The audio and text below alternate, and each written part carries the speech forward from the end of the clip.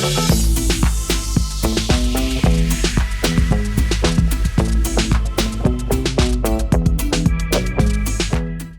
moderate this panel with these amazing creators, I'm Jana N Nagase. I'm a film critic as well, entertainment journalist. I'm a jury for LABRFF, and I want to bring to this Q&A producer, director, cinematographer Richard Ladkani,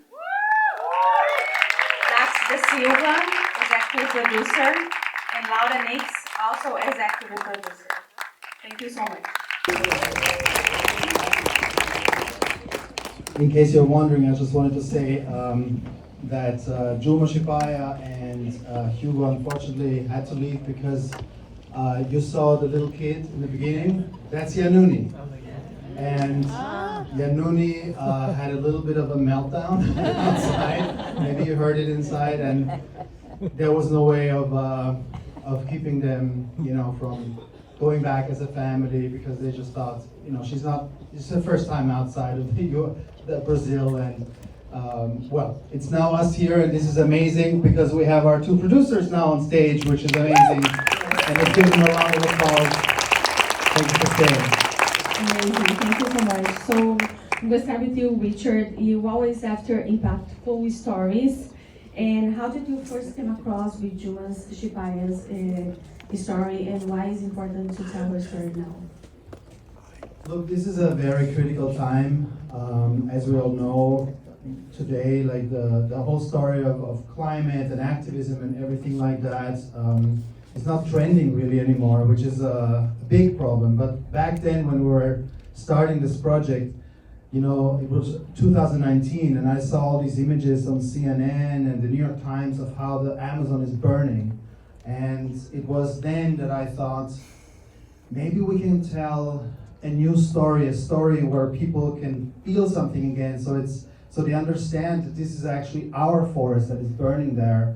And for me as a storyteller, I always try to find a very strong, powerful voice that can reach the hearts of Western audiences, of the rest of the world.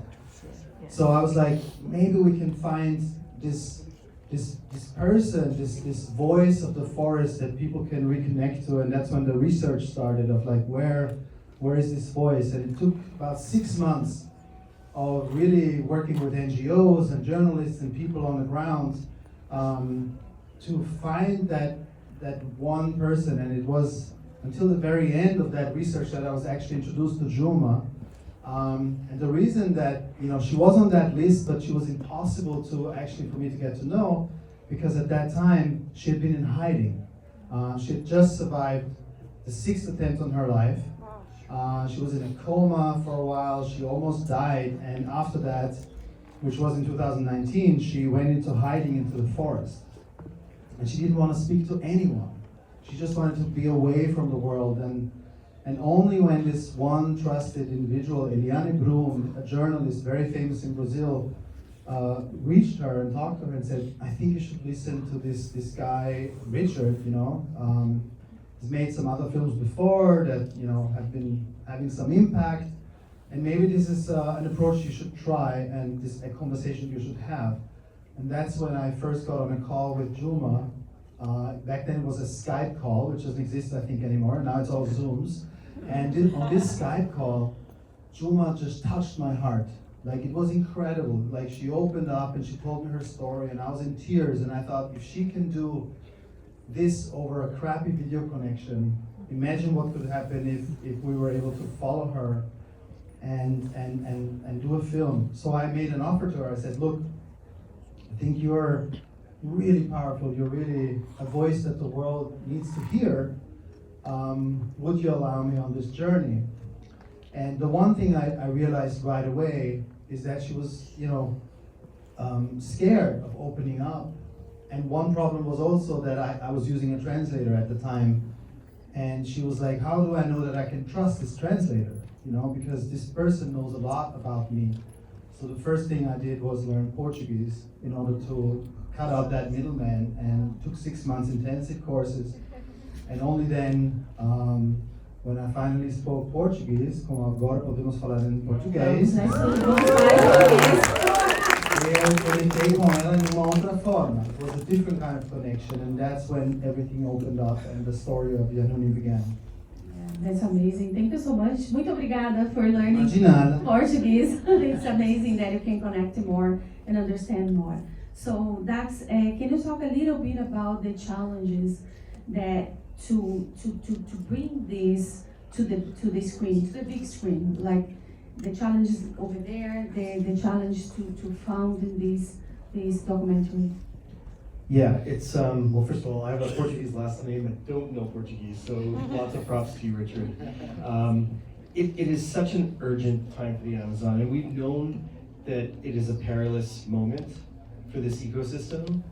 And I think what's important about making sure a film like Yanuni comes to large audiences is to show what the fight really looks like, to show Juma's fight politically, to show it, her fight since she was a teenager.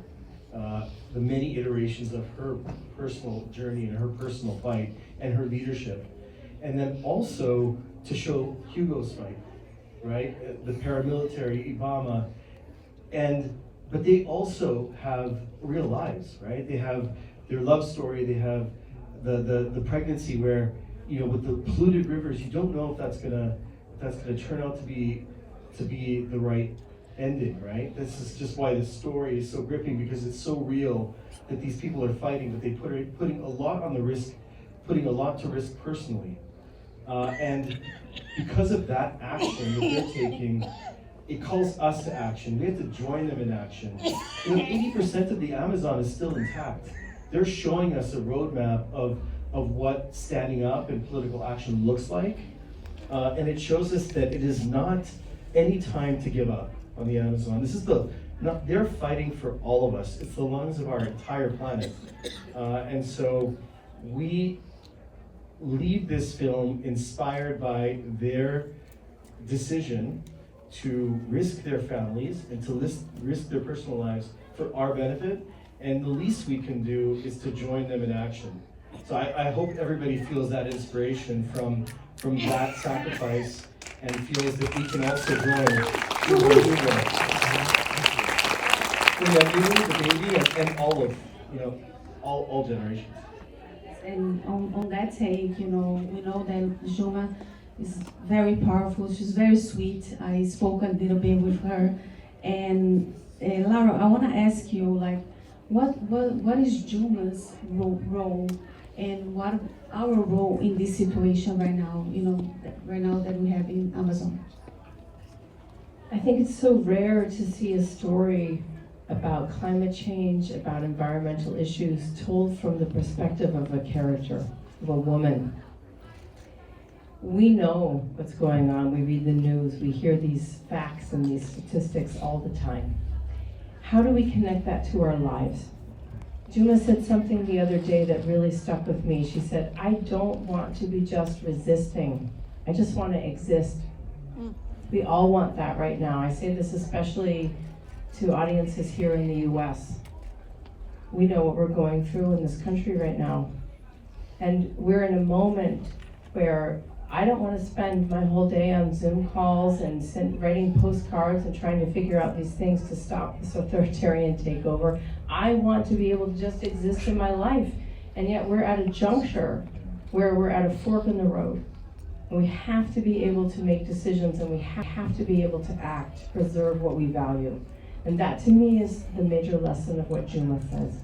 She says, this is what we value. We value life on this earth. We value the point of being able for biological life to exist on this planet. So what are we going to do to defend it? She asks all of us, what role will we play? It's too easy to set up Juma and other people like Juma as something outside of ourselves. She talks about herself a lot. I'm a mother, I'm a wife. Yes, she also became a Secretary of Indigenous Affairs, but she's a woman who decided to take on that role. And so what role will we take on? That's one of the things that she really leaves with me, is that what are we going to do? She asks us that, she demands that of us. And I really appreciate being asked those questions right now.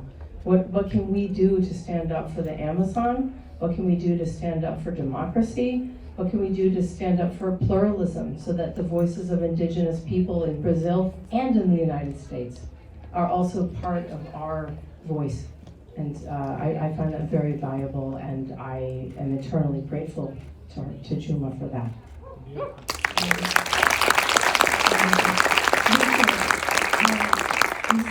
If you think about it, it's a very dangerous war, and they have like both sides over there, both stories.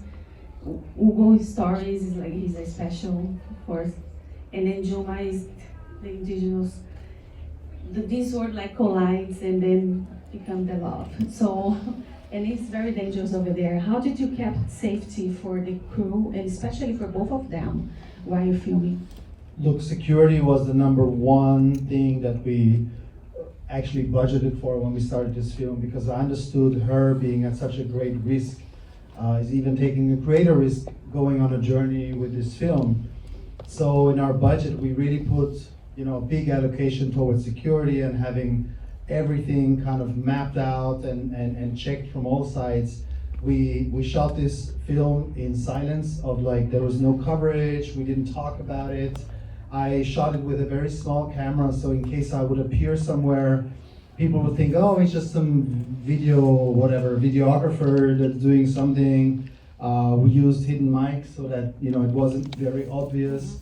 So we used a lot of tools that we learned through, I learned through other films as well that are undercover or whatever, that you have to be super careful. But most important for us was to keep them safe, and that they felt safe and that they felt taken care of.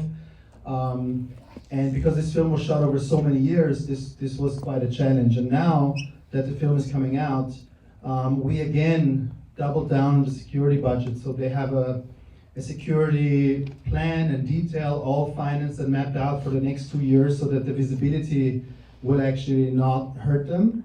It actually is planned to help them and support them. The more famous she gets, the more elevated. I mean, just this red carpet outside and the photos and all this helps us to create a personality that is too difficult to take down. You know what I mean? Like, we want to make sure that people think, well, we can't touch her anymore. She's now this big shot, because people are being killed so often in the Amazon and you never hear about it. I mean, just in the last 3 years, it was like over 200 indigenous people were assassinated and you never heard of them, right? So this is a real big problem. But we're doing everything we can to keep them safe, and that's why they also had to sign off on every step of the way. Even the film, it was first shown in the indigenous territory to her people, to her family, before anyone else could see it. Nobody, not our producers, nobody could see it before they agreed it's okay. They signed off on it. They said, as the people of Shipaya, we are behind this film, and we want this film to get out into the world and to get all the visibility we can, because this is our film. I just simply helped them make this film, but it's Juma's voice, and she is a producer on the film. She led the way all until we're here and doing all these festivals. We had a 4-hour meeting today just discussing logistics, security. To be in Amazon.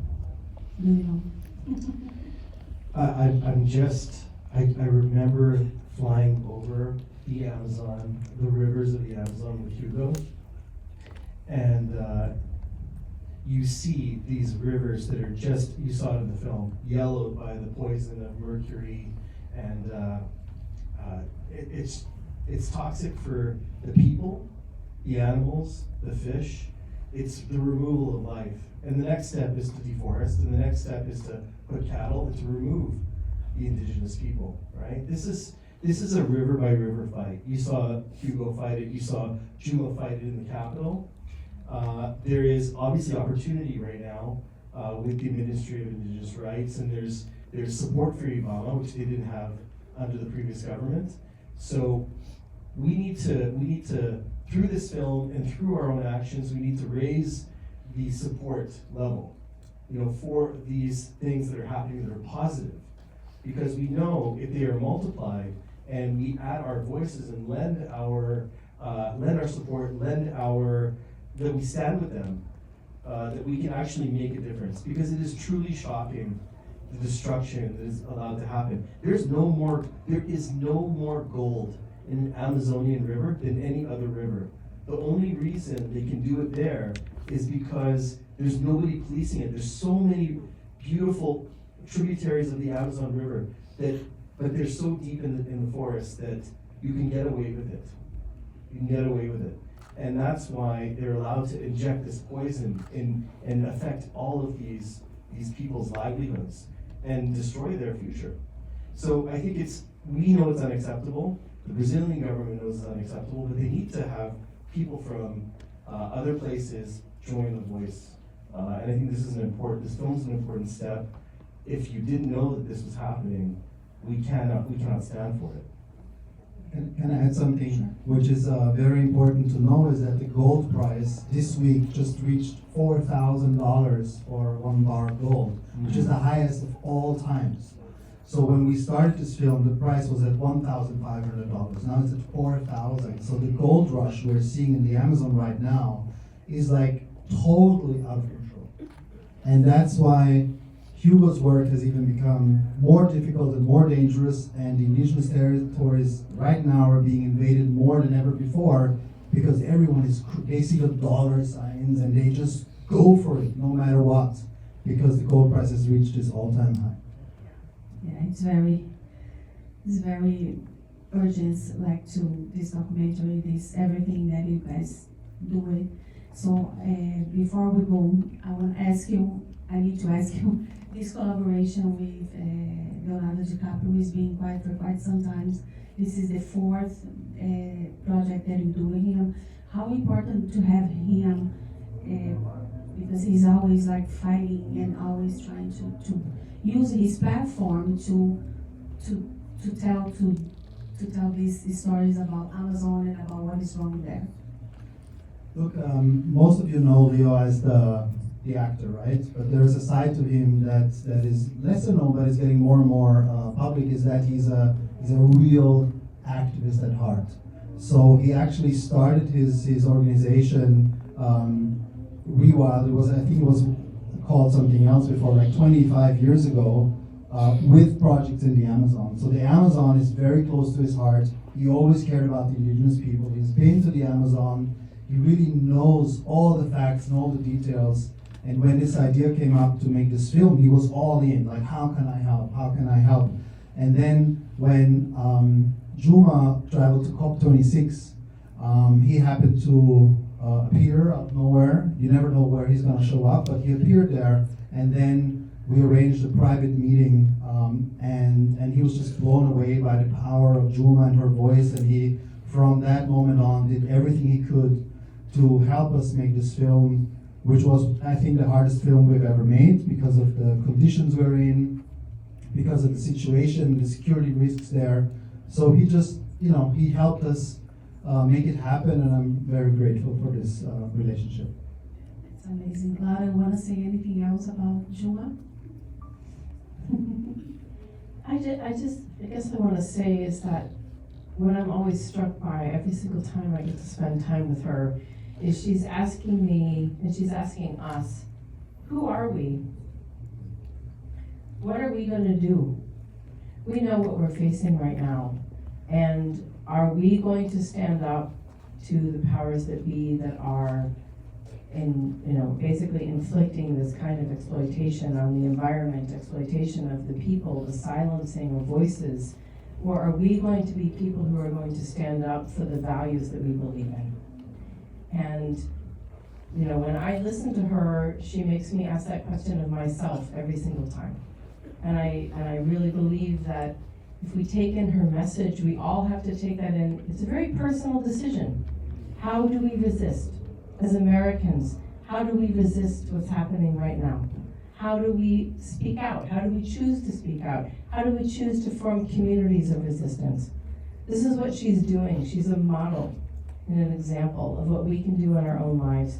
And I think the more that we take that in and we personalize it for each of us, the more that we're able to enact the kind of inaction that we do. So instead of just valorizing her as other, we figure out how to embody that in ourselves.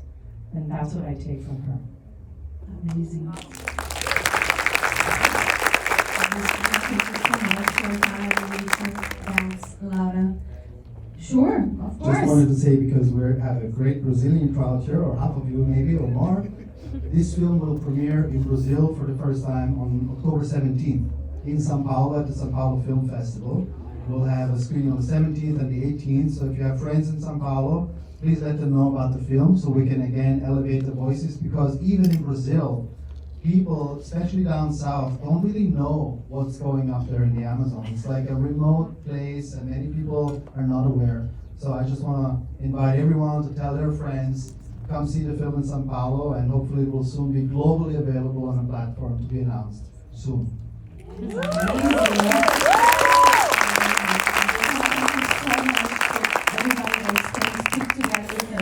To listen to their voices and through Juma. And A voz da Juma. a voz da Juma. Thank you so much. Muito obrigada. E Obrigado. obrigada. Muito obrigado aqui. Boa noite.